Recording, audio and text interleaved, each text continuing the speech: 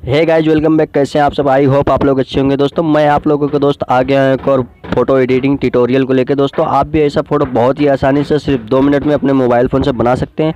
दोस्तों आप भी अगर ऐसा फ़ोटो बनाना चाहते हैं तो वीडियो को बिल्कुल स्किप मत करना, वरना आप समझ नहीं पाओगे। दोस्तों आपको ऐसा फ़ोटो बनाने के लिए एक एप्लीकेशन की ज़रूरत पड़ने वाली है जिसका नाम पिक्सार्ट है। तो दोस्तों ज़्यादा बात ना करते हुए चलते हैं पिक्सार्ट में।